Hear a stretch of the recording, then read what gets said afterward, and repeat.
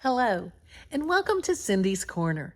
Today, as we continue about Johnny Appleseed and our Apples unit, we're going to read A Tale of Johnny Appleseed. If you have this book, go get it and follow along. Here he is. What do you think's in that bag right there? Maybe some seeds? Title page, The Tale of Johnny Appleseed. Written, so that means they're our, you got it, Indiana author, by Noelle, Yaney Child, and illustrated by Gaston Havelier. What does illustrated mean? Good, Ohio. You got it. They drew the pictures. My grandmother had an apple tree. She said it was 200 years old. It sure looked ancient. Its trunk was fat and lumpy. Its branches were twisted and low. Half its top had broken off in a thunderstorm.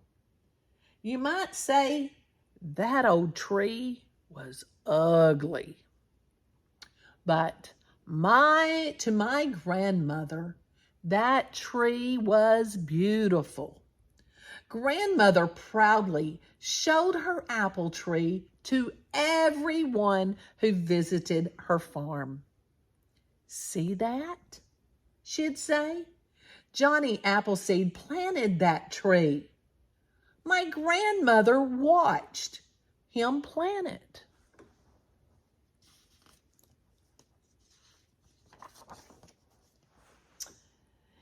Grandmother's great-grandmother was just a little girl back then.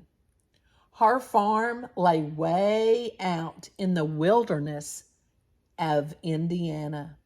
Still, she recognized Johnny as soon as she saw him walk out of the woods. Everyone in America had heard of Johnny Appleseed.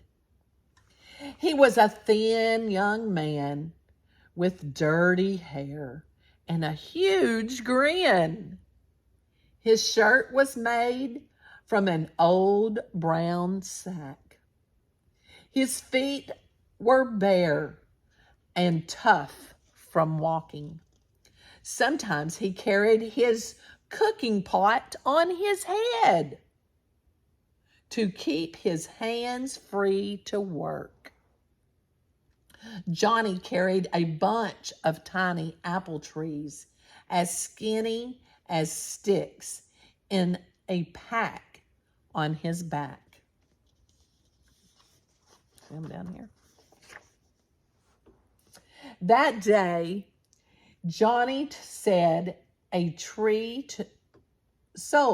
tree to my great-great-great-grandmother. He helped her plant it in front of the cabin.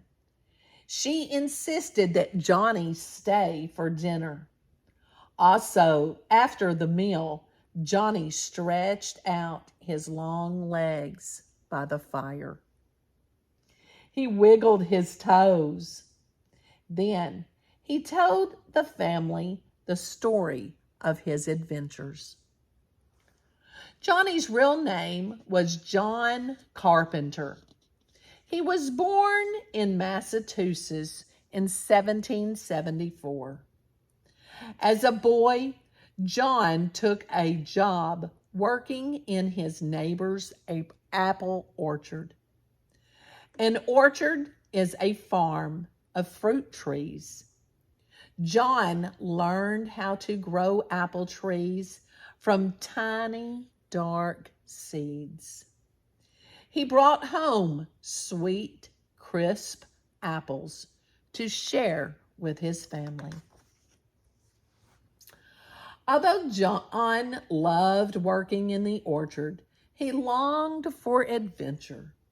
People known as pioneers were traveling west to settle new parts of the country. John wanted to explore the wild lands to the west. He also wanted to help the pioneers. John decided that the pioneers would like apple trees for their new homes. When John turned 18 years old, he left Massachusetts. He carried a leather sack full of apple seeds.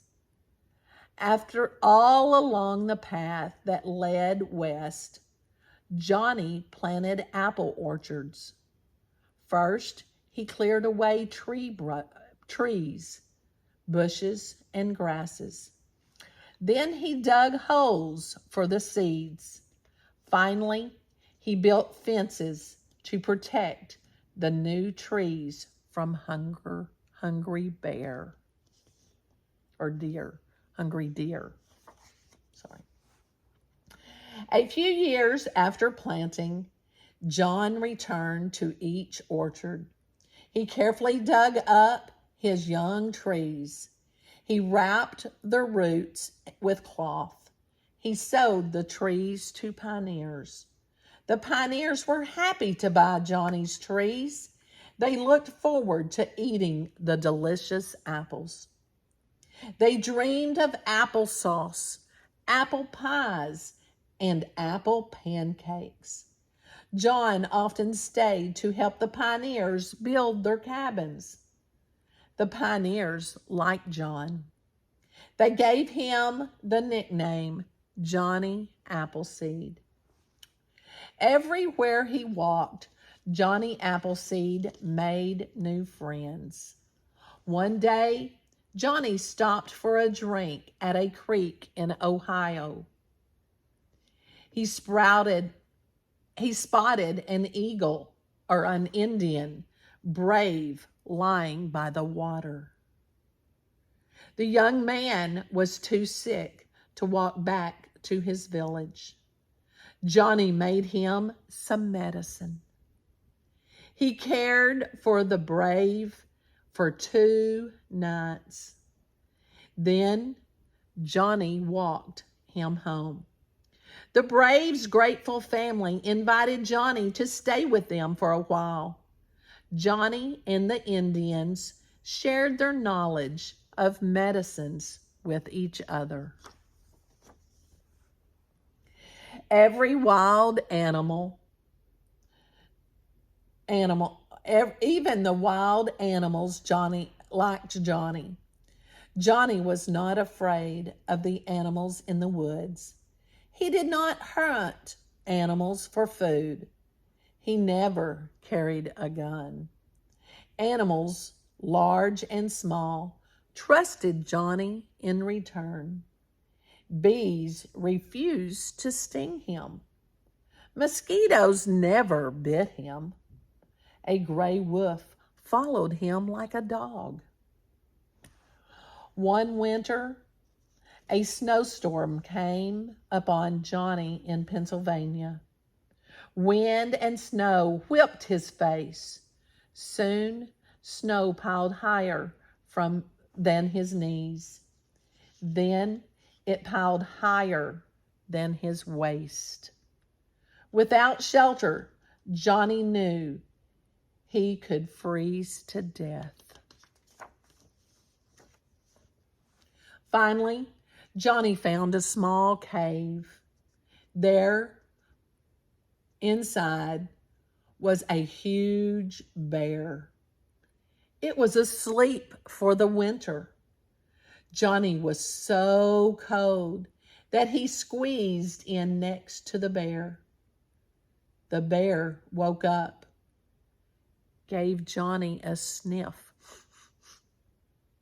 and went back to sleep.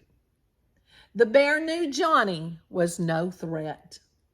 So Johnny and the bear slept through the snowstorm, cozy and warm. During his life, Johnny Appleseed walked thousands of miles. He planted thousands of apple trees. Stories about his adventures spread across the country. Americans from Massachusetts all the way to California boasted that Johnny Appleseed had planted their apple orchard.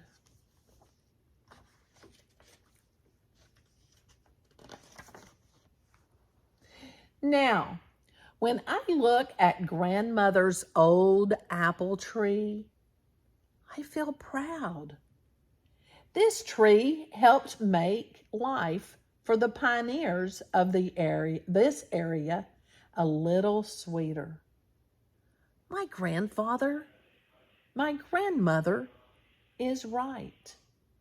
It is a beautiful old tree. I hope you enjoyed this little bit different story of Johnny Appleseed. If you did, remember to give this story a thumbs up. And I want you to tell me, what does proud mean? What is wilderness? What is a wilderness? Cabin? What's an orchard? Pioneers? What's a nickname? Do you have a nickname? Freeze. Why was he going to freeze to death? What does that mean? And what does shelter? What was his shelter? And most importantly, boast. Do you have friends that boast? What does boast mean? Our story about Johnny Appleseed starts as a young boy, and then he grew up and grew old. Now, think about an apple tree. Could you start an apple orchard? Tell me some of the words that you've learned in the comments, or draw me a picture of your apple orchard or an apple orchard that you've visited. What do you make from apples? I hope you liked the Johnny Appleseed story during our apple unit. And if you did, give it a thumbs up. Tell your friends. And make sure you subscribe to Cindy's Corner. Have a great day.